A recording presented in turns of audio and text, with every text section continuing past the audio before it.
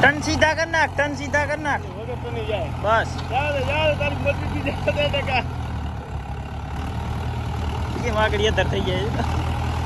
આગળ પોકેટમાં જ જાય આગળ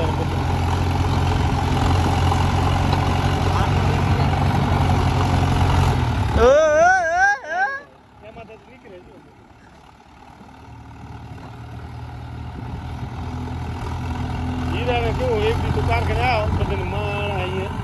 હજી આવી ગયું ઘણું બધું કેટલું થઈ ગયું ખબર તો ખબર હોય કે અહીંયા આવો એના પૈસા